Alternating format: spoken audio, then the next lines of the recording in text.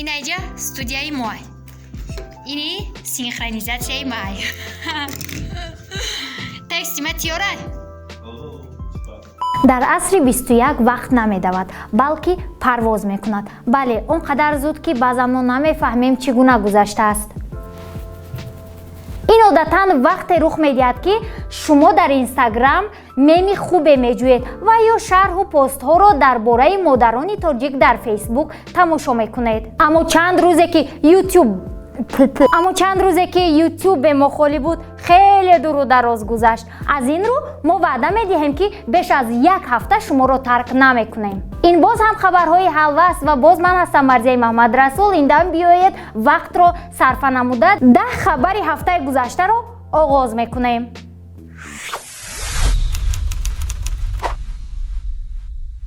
сурудҳо ба ӯ бахшида шуданд, шеърҳо ба ӯ бахшида шуданд ва ба хотири он мо 10 километр роҳро тай мекунем. дар бораи ӯ фестивалҳо гузаронида мешавад. дунё бо ӯ ҳаловатовар аст. ин ҳам ғизо аст.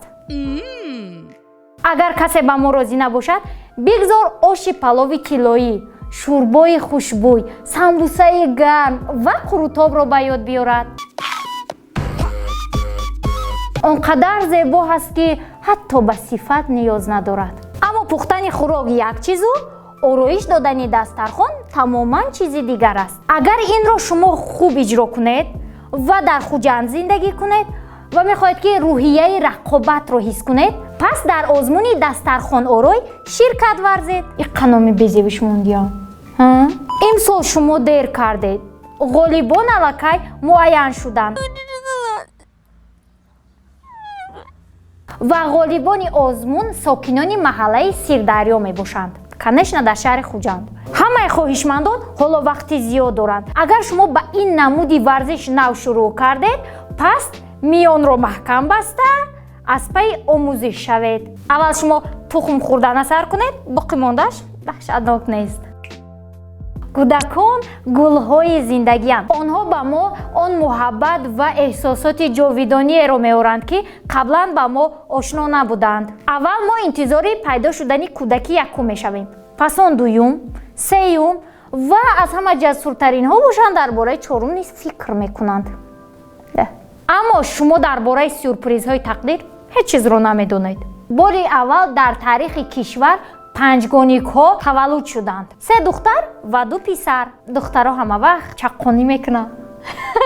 модар қаҳрамон сокини 30 солаи ноҳияи Қободиён Дилноза Маматова мебошад. далели аҷиб, падари кӯдакон фирор накардааст. Я просто похлопаю. ман фирор мекардам. модар ва кӯдакон аллакай аз таваллудхона ҷавоб дода шудаанд ва намояндаи ҳукумати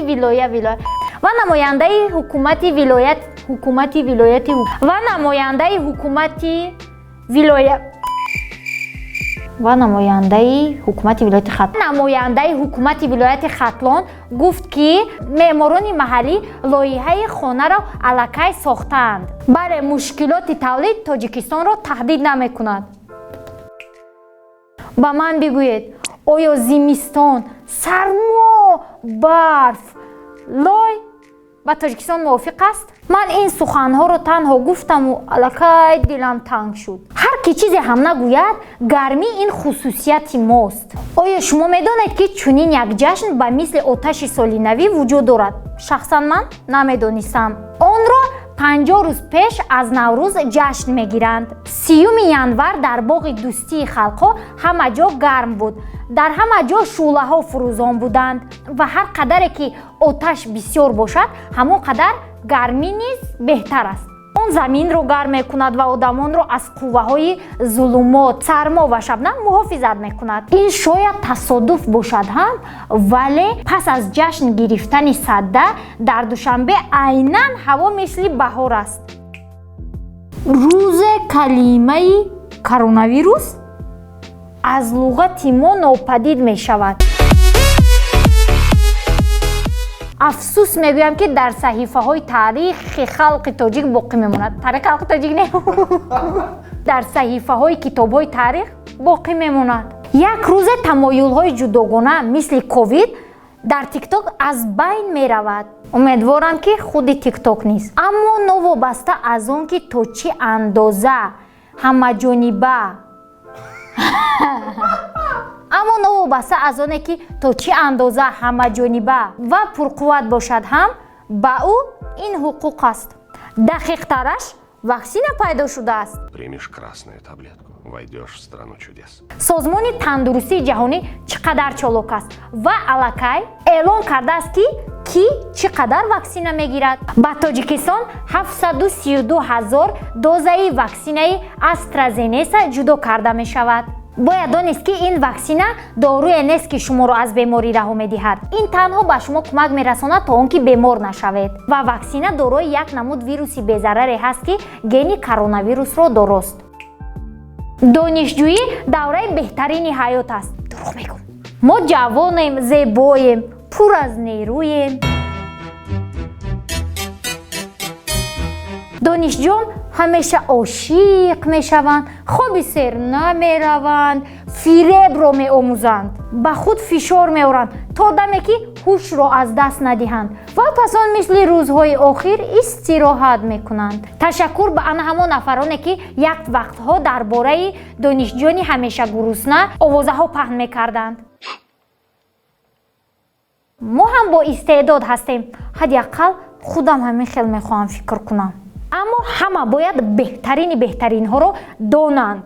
барои ин озмуни ҷумҳуриявии донишҷӯи 2021 баргузор мегардад ки дар ин озмун донишҷӯёни курси 2, 3 ва 4 иштирок карда метавонанд. озмун дар 2 марҳила баргузор мегардад ва маросими ҷоизасупорӣ дар рӯзи ҷавонон 23 май эълон мегардад. ба операторони туристӣ, меҳмонхонаҳо, хобгоҳҳо, роҳбаладон бахт омад кард. албатта на ба мисли волидони панҷгоникҳо аз қободиён. мо медонем ки ковид ҳаёти шуморо вайрон кардааст, аммо барои ҳар як амал вокуниш ба назар мерасад. корпораисияи байналмилалии молиявӣ оид ба баланд бардоштани рақобатпазирӣ дар тоҷикистон барномаи омӯзишӣ барои соҳибкороне ки дар бахши сайёҳӣ кор мекунанд ташкил менамояд. дар ин ҷо ба онҳо пас аз пандемия барои давом додани тиҷорат кӯмак мерасонанд. мардуми тоҷик аз ҳама пуртоқаттарин шахсиятҳо мебошанд. вақте ки тамоми ҷаҳон ғавғо мебардорад, мо метавонем ором бошем. мо интизор шуда метавонем ҳатто ҳамон лаҳзае ки дер карда истодаем. ва сухан дар бораи ғалабаи қонунҳои физика намеравад, сухан дар бораи интернети тоҷикӣ меравад.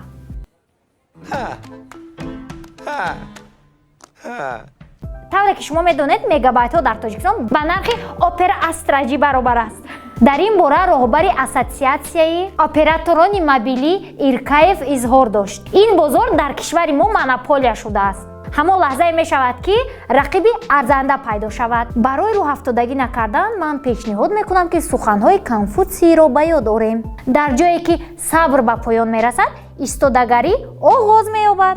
аммо мо дар зиндагӣ аз чизе наметарсем. робитаи Тоҷикистон ва Узбекистон кайҳо боз хуб аст. ҳоло ҳамсояҳо ҳама корро карда истодаанд ки ҳамин хел муносибатҳои хуб давом ёбад. таъсиси донишгоҳи Тоҷикистон ва Узбекистон дар Хуҷанд қадами бузурге хоҳад буд. инро вазири маориф ва илми Тоҷикистон Муҳаммадюсуф Имомзода изҳор доштааст. ҳанӯз маълум нест ки кадом факултетҳо мавҷуданд ва ё маблағи таҳсил чӣ қадар хоҳад буд. тоҷикистон кишвари аксҳост. дар ин ҷо даштҳо дар зери офтоби тобистон, кӯҳҳои барфпӯше ки хунукиашон то устуғон роҳ меёбанд вуҷуд доранд. мо метавонем дар кӯли гарм шино кунем.